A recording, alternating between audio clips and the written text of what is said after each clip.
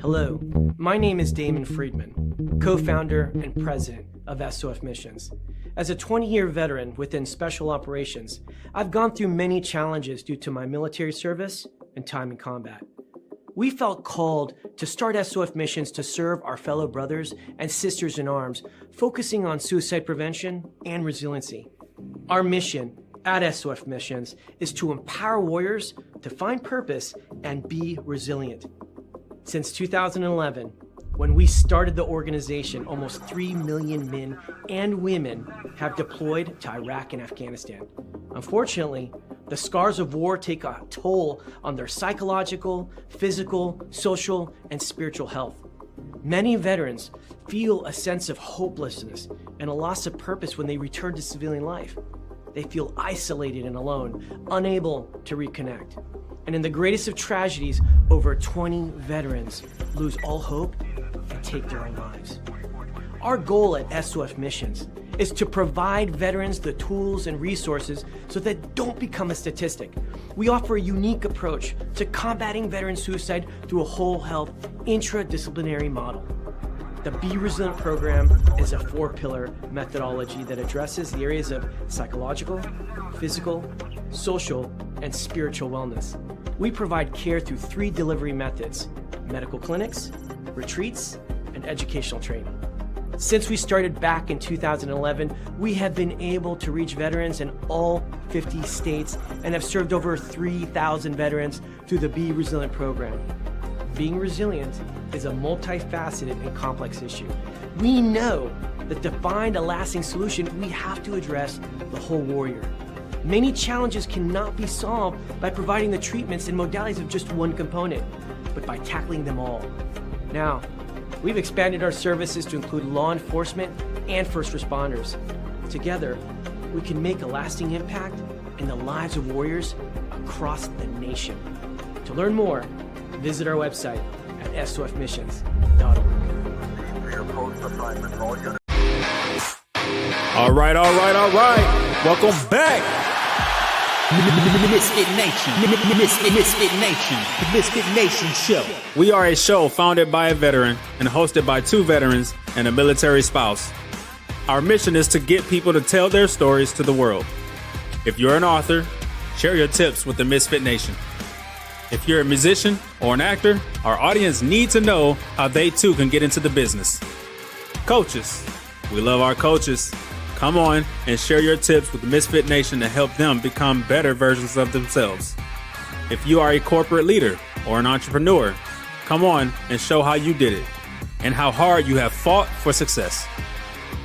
If you are a veteran, first responder, or Gold Star family, we would love to have you come on and share your story with the Misfit Nation. We always have time for you. If you're feeling down, alone, or starting to see the darkness, stop. Think about those who are around you. You are not alone. You will be missed. If you feel like your problems will be a burden to those in your inner circle or feel embarrassed, dial 988. If you are a veteran, take option 1. We need you to keep pushing forward. Don't make a permanent solution to a temporary problem. If you are a new listener, welcome to the Misfit Nation show. Be sure to subscribe to our show on your favorite podcast app. Also on our YouTube channel at @the_Misfit Nation. Subscribe and click the bell to keep you up to date on our latest episodes and all of our news. You can also find us on Heroes Media Group and About Face Radio. Now, let's get to the show!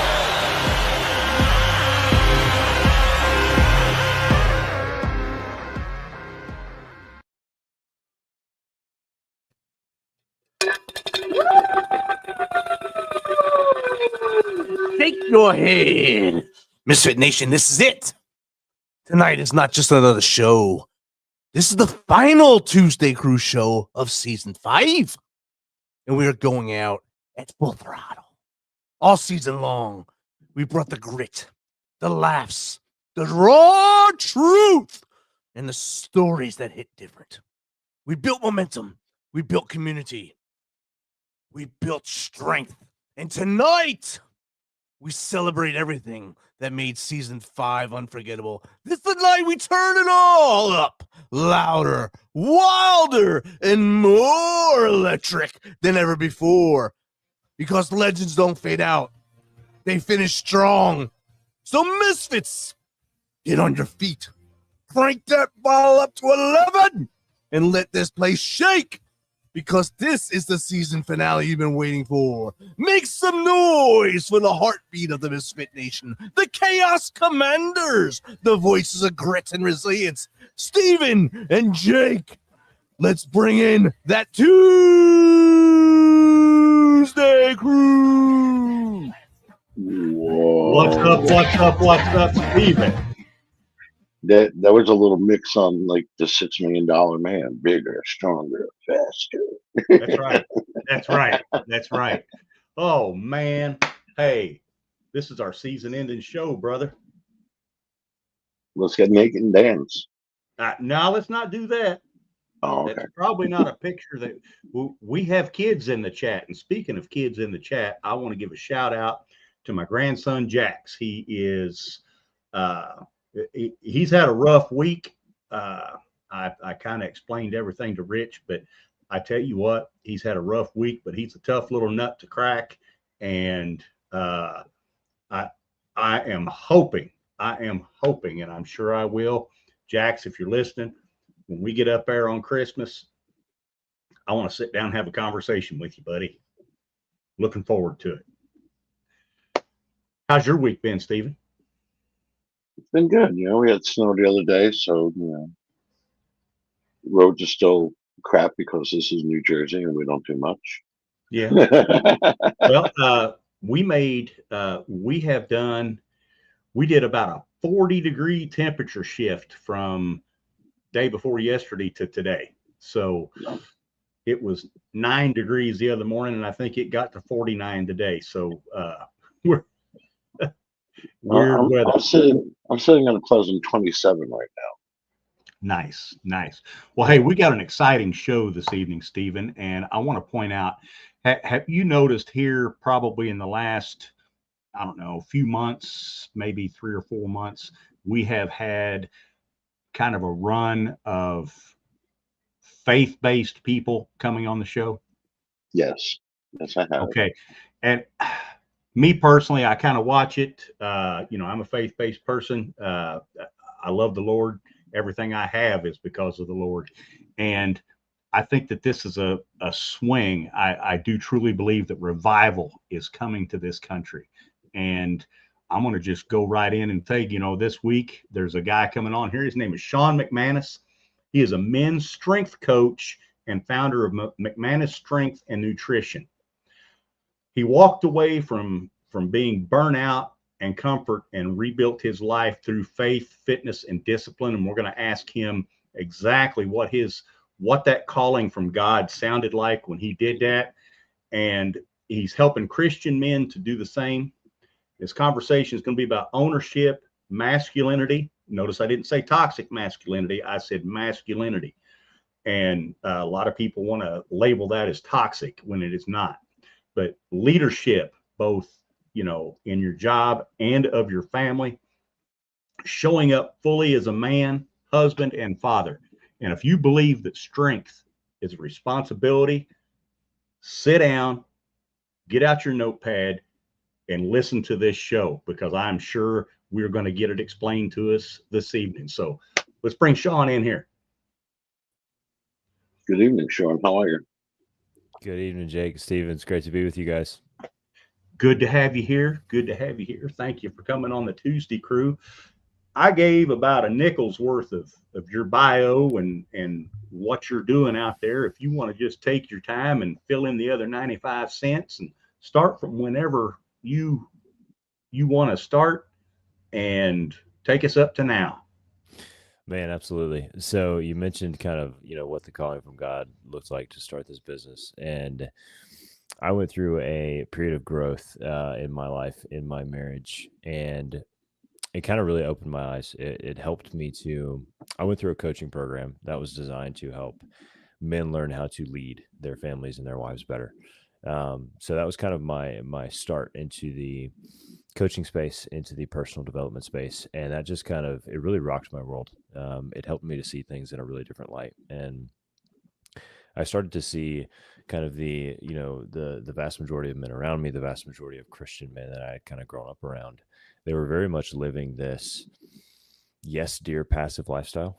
And so once I kind of got open to that and I kind of started to see that, it was like, wow, there's a whole nother version of Christian masculinity that is correct, that is biblical, that the majority of Christian men aren't living out.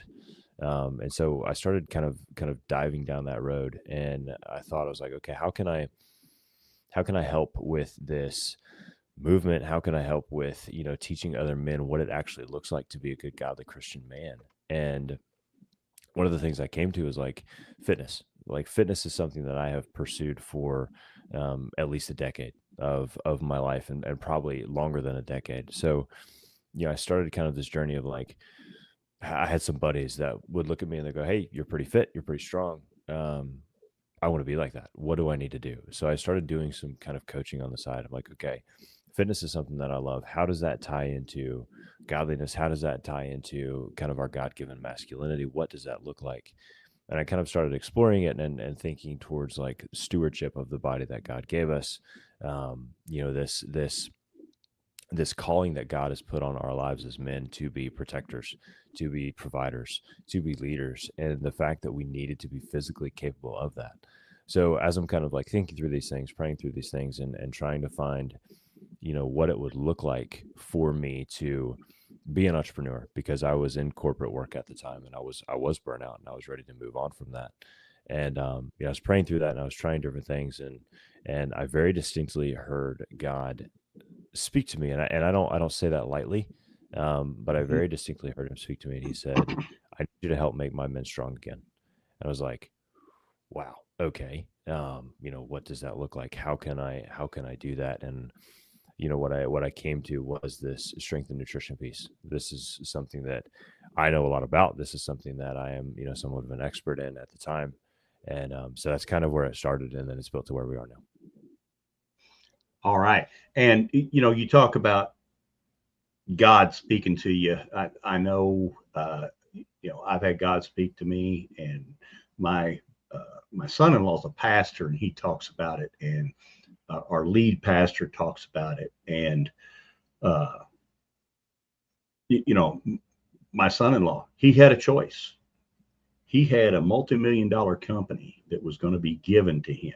It was a plumbing and heating and air conditioning company.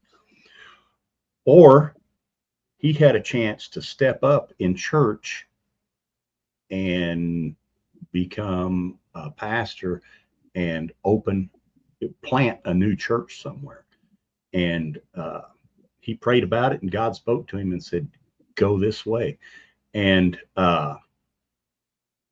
he has never wanted for anything after that. That's I mean, amazing. you follow God's word, he's not going to set you up to fail, and you will succeed. And I'm a firm believer in that. And I tell you what, praise to God for the blessings he's given you through this. Yeah, and that's 100% true. And it was one of those things, like when I made the decision to go into this, or even to leave my corporate job full time, my wife was 7 months pregnant with our second child. So it was like, okay, let me throw away the health insurance. Let me throw away the quote unquote safe job.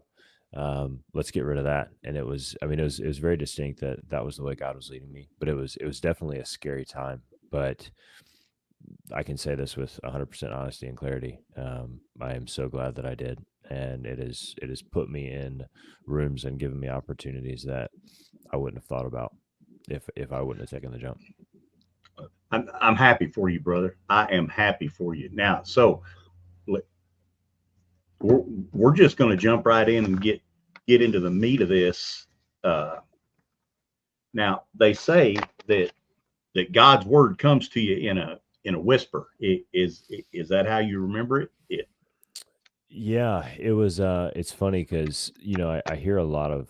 I hear people often, Christians, and God speaks to people in different ways, and so you can kind of hear people sometimes, they're like, well, God spoke to me this way, God spoke to me that way. And, sometimes we get caught up in this, like, oh, well, God doesn't speak to me that way. And we start kind of comparing ourselves. And it's like, if you don't audibly hear God speak to you, then you feel like maybe, something's wrong with you, or something's going on differently in your walk with Christ that you're missing. And for me, it was very much it was audible in a sense, like in my mind, like I could feel it through the Holy Spirit. And that hasn't happened to me many times. I could probably count on one hand how many times that's happened to me. And but it was very much, Jake, I had to be in the right place to receive it, if that makes sense. Like there was a lot most definitely. There was a lot of pieces that I had to do, and like little steps that I had to take here and there to get to that point of like, okay, I hear that makes sense. I actually know what direction I should go with this. And there was a lot of, throwing darts at the wall. There was a lot of prayer. There was a lot of talking to, men that I respected, in terms of like looking for advice and mentorship and coaching to get me to the point of like, this is right. This is doable now. Okay. All right. And you talking about, preparing yourself, to me, the more time that I spend in the Word, and granted, I can do more. I definitely can do more. The more time I can spend in the Word, and the quieter I can ease my mind from all that's going on, is when you can hear the best. And I think I love hearing these stories, because it's almost like a miracle that this happens. But okay, so we got there, you got the calling, and how many people said you was crazy? Most of them. Most Okay. of them, very much so. Yeah, it was. So when I left my job initially, I actually left it so I was doing some coaching on the side. When I left my corporate job, I actually left to go to a solar sales, or a solar company doing door-to-door sales. And that was the first step towards entrepreneurship, towards like actually me leaving my job. So I left my job and went to a solar company doing sales. And that was kind of the crazy part, because it was like, what? We're going to 100% commission. This guy's getting ready to have a baby. But that was kind of one of the stepping stones. When I say everything had to line up, that was the thing, because in order for me to get out of my corporate job, because it was very much one of those like golden handcuff situations. It was like they didn't really pay me enough for me to be happy with it, but they paid me enough to make me scared to leave. Yeah. And there were enough benefits, like there was a company truck and there was a company gas card and there was like all of these things. I'm like, I'm going to lose this stuff. So it was enough to make me really, really not want to do it. And so this sales position was sold to me by someone that worked at the solar company. It was like, hey man, you can work hard. You're well put together. You're fit, you're clean cut. Like you're going to make a ton of money in no time. Like if you work hard, if you learn fast. And I'm like, I can do those things. Like I'm not scared of work. I learn fast. And so I jumped into that thinking I was going to make, $10, $12, $15,000 a month within a couple of months of being there, because that's kind of what was promised, kind of in a roundabout way. And it was very much not that. And the people that have been doing it for a while were very much not making that either. And so, but that was one of those stepping stones, because God knew that he was like, he's going to need a big promise to get his butt out of that corporate job that he's scared to leave. And that big promise was like, you're going to be able to make a lot of money doing this. And I'm like, all right, cool. I bought it. So I did that for a couple of months. And then we went down the road of kind of hitting some other stepping stones before we settled on coaching full time. All right. Now we're going to start off, first of all, to be in good physical and mental shape. You have to feed the machine. 100%. So let's talk about what kind of nutrition stuff that you coach coach folks through. Man, absolutely. So the first piece that I would say is you need to think of your body as a sports car. So there's not many of us probably that drive, like a Ferrari, but when you think of something like a Ferrari or a Lamborghini or a high-end sports car, people are not going to put trash gasoline in it. So if you think of your body in that way, your body can be a very high performance machine if you feed it the fuel necessary. So that's the first piece that we need to think about. It's like, if you want your body to do high performance things, if you want to live on a level, kind of an elite level when it comes to your physical, your mental, your spiritual, whatever that looks like, then you need to feed your body good fuel. So it's kind of that reframe of what that good fuel looks like and what that good food looks like. And obviously, there's details and getting in the weeds in terms of like, how much protein you consume a day, how many carbs you consume a day, how much fat you consume a day, things of that nature. But the biggest thing is feeding your body good fuel, and then knowing that there's also a balance to it as well. This is not you need to eat nothing but kale and boiled chicken for the rest of your life. This is you need to eat good whole food 80 to 90% of the time. And then, you can have the occasional bag of Doritos. You can have the occasional honey bun. We just need to not live off of that stuff. Yeah. And I was on a podcast, we was hosting a podcast not too long ago, and we were talking about nutrition. And I was going to ask you a question. If an ingredient level has more than about 4 or 5 ingredients and I can't pronounce them, I don't eat it. Yep. That's a pretty good rule to live by. Because, my wife and I, we raise all of our own food. Awesome. That's amazing. And I could truthfully say I feel better. Yes. 100%. I mean, mentally and physically. So yes. If anybody's out there listening, you can do it. If I can do it, you can do it. It can be done. And it makes such a big difference. I mean, your mental clarity, like that kind of brain fog that a lot of us have in the afternoon, oftentimes that goes away when you're eating good food, that like sluggish feel and not having the energy, all of that stuff. Eating good nutrition helps tremendously with that. And then the last piece that I want to say on this, Jake, is your gut is your second brain. So oftentimes these terrible mental thoughts that you're having are directly related to the food that you're eating. If you're eating junk, your brain is actually will have worse thoughts. So that's an odd little fact that people don't think about. Is that how come I have weird dreams after I eat a lot of pasta for supper? It very well could be. The spaghetti dreams. Wow. Steve, that was not a knock on Italians, okay? Okay. No problem. Okay, your gut is your second brain. And well, yeah, I would imagine if you're having trouble with your gut, I'm sure it affects everything. I will tell you that. And then now, do you, with all your nutrition and everything like that, do you follow biblical fasting? It depends. I don't have anything against it at all, obviously. Okay. And typically, in terms of like fasting for spiritual reasons, I will often do it once per year. I often do it on Good Friday, just as a way of reminding myself of what Jesus went through. Obviously, it's in no comparison to what he went through, but it's some type of suffering that I can do. But yeah, in terms of if people want to, because I have a lot of men that'll ask me that question. A lot of my clients, they're like, "Hey, I do fast spiritually sometimes. Is that okay?" And my answer to them is from a coaching nutrition, like a strength and nutrition coaching perspective, it's not ideal.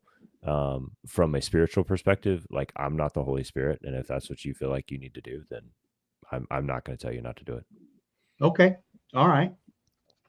And I read through, there's a lot of different types. You don't have to do a 40-day water fast or I generally, since I work and I do eat at work, my fast usually consists of, I can either eat only during the hours of daylight or only during the hours of darkness. I try to split it up that way. But Gotcha. some people say it's good for you. Some people say it's not. I don't know. But I know spiritually it does help.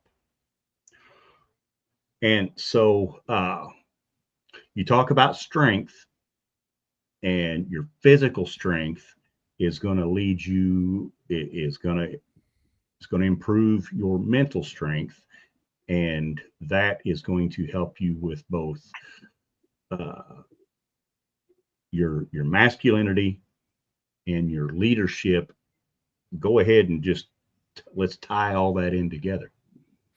Yeah. So when it comes to, we can hit on leadership. When it comes to leadership, in order for you to lead other people well, you first have to lead yourself well. Like, that is a qualification of a good leader. Nobody is going to listen to somebody that's a hypocrite, and they might for a little while if they have to. But at the end of the day, good leaders are not hypocrites. They basically do what they say they're going to do. So a big piece of that self-leadership, oftentimes the best way to start there is with your physical fitness and with your nutrition. It's kind of one of those things that, like, if you're able to control what you put into your mouth, if you're able to have the discipline to go work out when you say that you're going to work out, then that discipline, that toughness, that mental toughness of building those habits of doing things that you say you're going to do, even when you don't want to do them, even when they're uncomfortable, and working through that process of lifting weights and kind of that stress of tearing the muscles, and that kind of battle of, I don't want to do this, but I have to do this. And I told myself I was going to do this. Building that discipline, building that self-control spills over into every other area of life. So you're able to start first with that workout and that physical discipline piece and that self-control piece. And then that starts to kind of spill over into every other area of life. So it's just a really good starting point in terms of, I want to get better at discipline, or I want to get better at self-control. Starting with your physical body is an excellent place to start. And then it works into everything else. Okay. All right. And plus, that good feeling that you get from that physical exercise, will you agree with me in that it's addictive? Oh, 100%. Yes, it very much is, because it's a good dopamine release. We have a lot of cheap dopamine in the world nowadays, and that feeling of hard work and that feeling of accomplishment is a very good dopamine release that is healthy for you. All right. Got our first question that popped up in here. Terry Cloth wants to know, what does biblical masculinity really look like in today's culture? Thank you for that question, Terry Cloth. That is a good question. So when I think of biblical masculinity, the first three things that come to mind are: men are called to protect. We're called to protect our families and the innocent, the people that cannot protect themselves. We are called to provide financially, spiritually, emotionally for our families. And then we are called to lead. We are called to lead our wives. We are called to lead our kids, and we are called to lead those around us. So in our communities. So that's what biblical masculinity looks like for me. Okay. And the world will tell us that, everything is, and we were just having a discussion at church, and somebody brought up happy wife, happy life. And our preacher, our pastor cut him off right at the knees. And he's like, no, he says, everybody has to be happy. And it's, sure, there's going to be compromise. There's going to be things but he says, everybody in that relationship has to be happy for it to work. And I think people need to kind of get back to that. I agree. It's one of those things that, like, we've heard it for so long that it feels like it's normal. And what that turns into is men think that their only obligation is to make their wife happy. They think that they live to make their wife happy. And Don't get me wrong. I love to make my wife happy. She's like my favoriteest person in the world. I do not live for it. I love to do it. I do not live for it. That is not my job. My job is Yes. to live in a way that God calls me to live. And sometimes some of those actions might not make my wife happy. And that's okay. Oh, we got us another question here, Stephen. It's actually for us and not you. Sorry, sir. Give him the boobs wants to know, Kevin Lacey, as you're in the finale, what was your favorite moment this season? Tune in Thursday and find out. Yeah, that's what I'm going to say. Right Because now, yeah. we're Thursday, going we're going to sit down and we're going to go through the season and discuss all of that. And we'll have questions and answers there also. Yeah, tune in Thursday. Hey, we're about halfway. I'm gonna do my public service announcement here real quick, and then we're gonna get back at it. Misfit Nation Tuesday crew, thank you for joining us. This is Jake, and I just want to tell you that we love you. And tomorrow will not be as beautiful if you are not in it. It's the holiday season, and I know that's a bad season for a lot of us. It was a bad season for me at one point in time. If you're feeling down, if you are feeling that darkness, get on that phone, dial 988. If you're a veteran, take option 1 and talk to somebody. They will get you the help that you need. If you don't want to do that, email us at info@themisfitnation.com, Stephen@themisfitnation.com, or Jake@themisfitnation.com. Throw your phone number in there. We'll call you back, and we will get on it and get you the help you need. And I got a little challenge for you.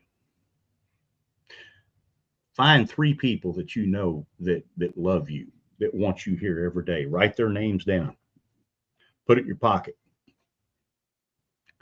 If you're feeling lonely, they might be too. Call them. Call them and talk to them. Let them know that you're thinking about them. That might be what it takes. We love each and every one of you. And like I said, tomorrow would not be as beautiful a day without you in it. Amen to that. Thank you, Jake. You are welcome. You are welcome. Okay, man, we got more questions coming in. Look at this. Okay, Salmonella 1 wants to know, how can men break free from burnout without abandoning responsibility? Thank you for that question, Salmonella 1. That is such a good question. So the first thing that I would say when it comes to breaking free from burnout is you have to remember, and I had to remember this too. So you have to remember that before your wife, before your kids, before your family, before all the responsibilities that you have now, God made you, and God decided that the world needed one of you, and you matter to him. So for me, my temptation was always like, I'm only here to support my wife and kids. And while that is a huge part, like that's a huge part of the reason that I'm here, I'm also here because God loves me, and because God made me, and because God has a purpose for my life. So remembering that you have worth and you have value aside from your responsibilities, because I think that's a big temptation for a lot of men is, if they're not providing financially, if something isn't going well, then they feel like they don't matter. And that's just not the case. You are not your achievements. You are not, what you do for a living. You are, if you're a Christian, you're a son of the creator of the universe. And that's where your worth comes from. So just kind of reminding yourself and knowing that, your worth comes from Christ is the first step to getting out of that burnout. Okay. And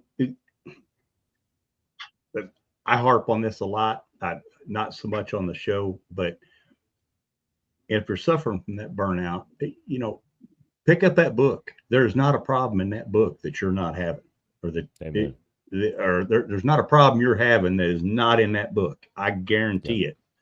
Amen. And if you can't find it in there, read it cover to cover. You'll find it. That's right. Well, there's another piece to that, and it's, once you kind of remember your worth and the fact that you do matter, aside from everything else, it's being able to take that and doing things that refresh your soul. Like, a lot of us don't do anything like that anymore. Like, we don't go to the gym. We don't work out. Most of the men that I talk to and the men that I work with, they don't work out because they don't feel like they can have time, because they don't think it's important enough, because they think that they're robbing time from their family. When in general, if they get them right, the time with their family is so much better, because they're showing up as such a better version of themselves, that the time that they're taking and spending on themselves and going to the gym and eating the correct foods, it feels selfish because they're like, this is just for me. But in reality, they can better serve and better lead those around them because they're showing up as a better version of themselves. So that would be a good step in the right direction as well. And if you have sons, you're leading by example. Absolutely. And, well, for your daughters too, you're telling your daughters that this is how a man should act. This is what a man looks like. Yeah. And I'm just sorry that I started on this path so late in life. But it has made a difference. Absolutely. There's no time like the present, man. Past is the past. You're doing it now. That's what matters. That's what counts. Past is past. Past is past. So you go around, you talk, you coach. Question: if a church was to contact you and want you to come talk to the men of the church, would you open to doing that? Yeah, I think so. Okay. Well, I've got my pastor. I sent him the link to this, and so he's watching it. So that was a live test. That was a live test, huh? I'm testing you. Let's go, man. Bring it on. Let's do it. All right. You can come up to Kentucky and tell us all about it. That sounds wonderful. We would love to have you, but yeah, I'll let Pastor John look at that. It's funny. I got to call my son-in-law Pastor John, but That's awesome. What a blessing. Yes. What a blessing. Yes, it is. Yes, it is. Okay. Yeah. Here's a good question. That stripper for college wants to know, why is physical strength important for spiritual and mental leadership? Thank you for that question, stripper for college. Excellent question. So I would say it's more about honing your physical leadership more so than it is the physical strength aspect, because you can be very physically strong and still spiritually and mentally weak, but the habits that you build by building physical strength are the same habits that are going to increase your strength spiritually and mentally.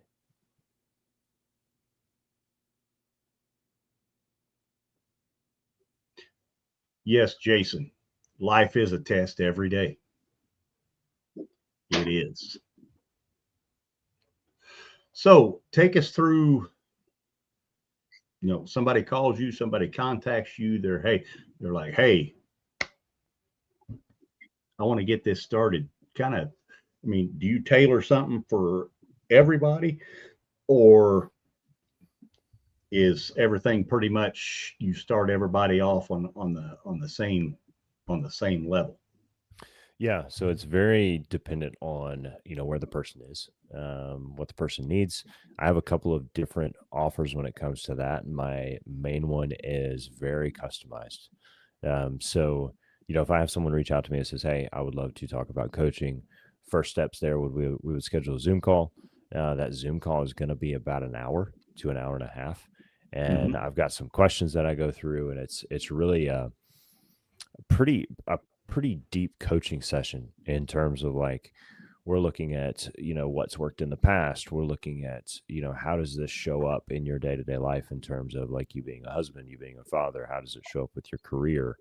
How does it show up in terms of like how you view yourself as God's son? We're getting into some pretty deep stuff. And the reason that we do that is because this really has to have deeper roots than just, I want to look good naked. Like, that's a cool goal to have. I think, I have that goal, but that's not going to get me out of bed when I'm tired and don't want to go to the gym. So having something that you can ground to in terms of like, why is this actually important to me? And, finding that out with a guy and walking him through what that looks like is the starting point. Now, once we walk through that process, if we decide that we're a good fit to work together, then next steps from there would be, we would jump on another call. In that call, we go over, what their day-to-day schedule looks like, what their day-to-day nutrition looks like now, who cooks, who does the majority of the cooking in the house, what type of workout are they willing to do? Are they going to the gym? Are they going to stay at home and do body weight workouts? How much time do they have to work out? We're getting into all the nitty-gritty. So that way, when I build their plan, their workout plan and their nutrition plan, it's already custom tailored to their life and to their schedule. Because it's very much something that needs to be sustainable for them. It's not a cookie cutter approach. Okay. All right. So everybody's getting their own basically tailored plan for that. Now, you do the physical, the we call it the PT portion of it. Now, do you also do their nutrition plan with them as well? Yep. Okay. Yeah, my most popular offer is everything. It's the strength piece, it's the workouts, it's the custom coaching, and then it's the nutrition as well. So that's all customized also, in accordance to, does little Timmy have a baseball game 2 or 3 nights a week? Do we have to eat at the concession stand twice a week? Like, what does that look like? What can we have? What's going to align with the goals? So yeah, it's very much custom to what they've got going on in life. All right. How hard is it to follow that, especially if you're out and about and you're doing things like that? You can't say, all right, well, I have this chart and saying this is what's good for me, and there's a Taco Bell. You'd be hard Or pressed. damn, that hot dog looks good. Yeah, you'd be hard pressed to find that something on the Taco Bell menu that would work out really well. Now, if you drive 10 minutes down the road to Wendy's or Chick-fil-A, we could probably make something work there in terms of grilled chicken. But yeah, the occasional Taco Bell is okay. I do tell guys, like, you're allowed to like one cheat meal per week. It's just life. And even at this point, I don't know that I really even call them cheat meals. It's like occasionally I will just eat what I want. It's not often. It's pretty rare now because I have goals and I know what it takes to get there. So it's kind of addicting at this point. But in terms of, the day-to-day, hey, I would love to have a cheeseburger or a pizza. It's like, if you want to do that once a week, cool. Just don't do that 3 or 4 nights a week. Okay. I kind of had to change my mindset on eating. I've changed it to now, instead of eating for joy, I eat for sustenance. That's it. And now my coworkers will tell you, but because that's the first question out of my mouth of a morning, right after breakfast. So what are we having for lunch? So, but, yes. But I have found that I eat a lot less, and I don't go real extravagant if I eat for sustenance, not joy. Oh, that's true too. And a lot of it is, reframing your mindset around food. A lot of us go to food as like a stress reliever. And most of the time that's, covering up something that's a little bit deeper. So that's something that we can get into as well. But in terms of like, I eat really well. The food that I eat tastes really good. And Mhm. once you get into this and you go down the road and you start to understand it, like there's so much that you can do to eat well and it still tastes delicious. Oh, I tell you what, Mrs. Holland can. Oh yeah, she she whipped up a bunch of fresh roasted vegetables, a roasted chicken, and That's good eating, yeah, man. oh You can't yeah. beat that. I had it for the second time tonight and wasn't going to complain about it. Let's go. It's good stuff. I got another question pop in. At Astro G for me wants to know what daily disciplines create the biggest transformation for men. Thank you, Astro G for me, for that question. Excellent question. There are so many different roads we can go down with this. So if you're a Christian, I would say spending time in the Word, spending time in prayer. One of the biggest things that helps me just day to day is I get up about 2 hours before the rest of my family does. And I just have time when it's quiet. Like the house is quiet. I do some regular reading. I read my Bible some, I pray some, I get some work done. That time for me is super important. Now, in terms of like just daily disciplines, some type of movement, moving your body in some type of way, obviously is what we've been talking about. That's extremely important just for your overall mental clarity and your physical well-being. And then another thing that would be super important that is just super easy, super low-hanging fruit is making sure that you're hydrated day to day. That can make such a huge difference in how you feel mentally and how you feel physically, is making sure that you drink enough water. And that's, I tell guys, if guys don't drink much water now, I tell them to start at half a gallon a day. And the objective is to eventually get to a gallon a day. I'm gonna throw something in there, especially for the fellas over 55. As soon as you get up, right after your feet hit the floor, drink you an 8 to 10 ounce glass of water. You will thank me. Yep. Absolutely. It starts your day off right. Yes. So true. And Jason popped in there, eat seasonally, try to eat wild and fresh deer, seasoned fish, garden season, the right way, feast and famine, all good advice, Jason. All Absolutely. good advice. Good stuff. So, Jake, is it okay that my water has coffee beans on it? Tell you what, Stephen, I would start with just, well, I don't know about New Jersey tap water, but I'm not that good. Holland well water treats me just fine. And if I drink 8 to 10, I slam a glass of it right when I get up of a morning. And within about 10 minutes, you have a life-changing event. Oh, that's funny. That's funny. I'm right there with you, Jake. That's my rule, because I love my caffeine. Sometimes it's an energy drink, sometimes it's coffee, but my rule is I have to drink. I'm the same way. I get up and I drink a 16-ounce glass, and I have to do that before I have any caffeine. So then we hit the caffeine, then we get back to the water. Okay, now, one of the questions that I come up with was, how does strength training mirror biblical manhood? Good question. So there's probably two really good ways to tie it in. The first one is look back on history. Men's job was to provide, was to protect, was to take land, and there was war going on most all of the time. Yes. And we had to fight for survival. We had to fight for land. We had to fight to eat. There was this primal instinct that God put inside of us that is good. That has, in a lot of ways, gone dormant for a lot of men because, to be quite honest, the world that we live in now is easy compared to what it's been in, our history.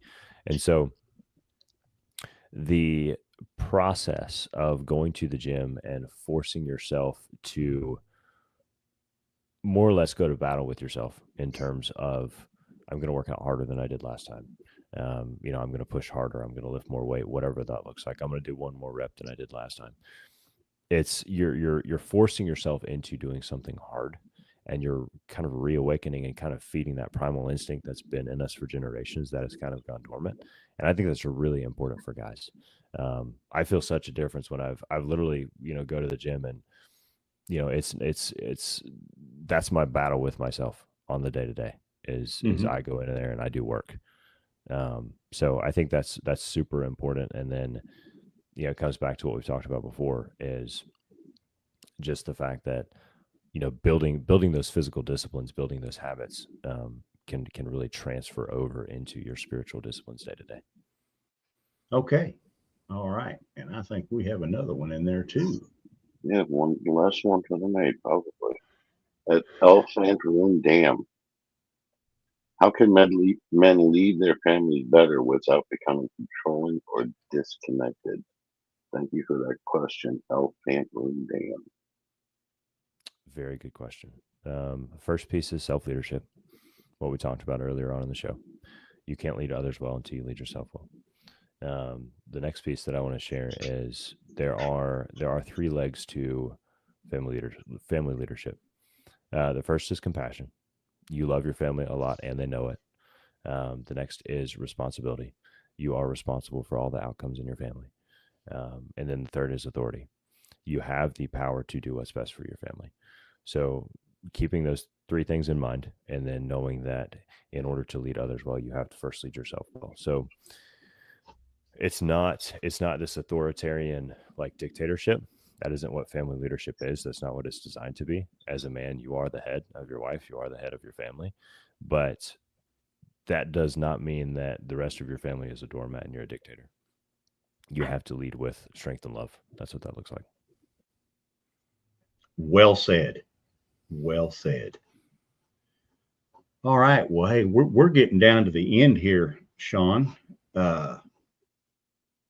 Got a few questions here for you. One's going to be an easy one.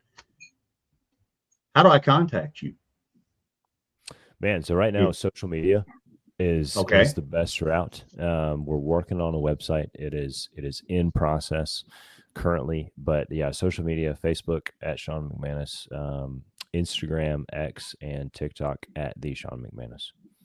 So I'm on those frequently and would be happy to answer any questions or anything via DMs. Okay. All right. Now, here's the tough question. It's one question in 3 parts. So, what does Sean have to do? What are 3 non-negotiables for you every day? Your day is not complete unless you do them. Good question. So these are obviously imperfect, but one would be prayer, spending some time in prayer. Okay. You know, I try to do it often throughout the day, but you know, that time in the morning is really, really, really good for me. One of the other things I do is I keep a journal of sorts. And, you know, I'll put thoughts down like at the beginning of the day, and it's more of like a action style journal where it's like, I'm thinking through like, what is going on in my family right now? What is going on in my life and my business right now? And how can I improve it? So that's kind of the leadership, like looking at everything from a high level, like, you know, this is going on with my son, or this is going on with my wife. And this is what I can do to try to mitigate that or to improve that. So that's one thing that I do every day. And then what else? I also have a creed that I read daily. That helps me remember who I am in Christ. It helps me remember my standards that I've set for myself. And I read that on a day-to-day basis as well. Now, is that personal? It is. Yeah. Very okay. personal. Okay. Yeah. Okay. Yeah. I had to ask. Yeah. Appreciate it. Think of it as kind of a vision statement and a mission statement. Okay. It's like, you know, it talks about who I am as a man and like who I am in my identity in Christ. And it also talks through like some of the stuff in there is, you know, who I aspire to be. You know, I haven't hit the mark yet, but this is the man that I'm growing into. This is the man that I'm becoming. So I'm reading that and setting that up on a day-to-day basis. Awesome. Well, Sean, thank you. Thank you so much for coming out here and sharing your story, sharing what you're doing.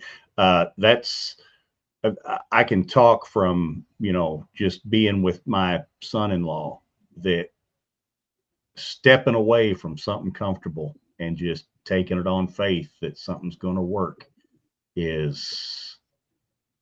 that's a big step. That's a big step. And I commend you for doing that. That's amazing. That is Thank you, amazing. Man. I appreciate the kind words. It's, it's been scary, but it's one of those things that, I've been a Christian for a long time, and that period of time, my faith grew more than it probably has grown in 15 or 20 years. Because it's, growth requires stretching, and in order to promote stretching, you have to take some sort of risk. So it's very much been a blessing, and God's blessed us in it. So, well, God told a guy to build a boat once. So that's right. That is right. That guy was, probably thought he was crazy. Very much so. Yes. Well, hey, Sean, thank you for hanging out with us tonight. Any parting words there, Stephen? No, sir. No parting words. Okay. I soaked in this whole chat. I think it was great. I've just got a few. Misfit Nation, Tuesday Crew. If you follow both, and I know you follow both of us, but hey, check us out on Thursday, same bat time, same bat channel. And the three of us will be on here discussing our favorite episodes of the past season. And it'll just be open chat. Come in, ask any questions you like. And we hope you see you there. Misfit Nation, Tuesday Crew, we love you. Good night, everybody. Thank you.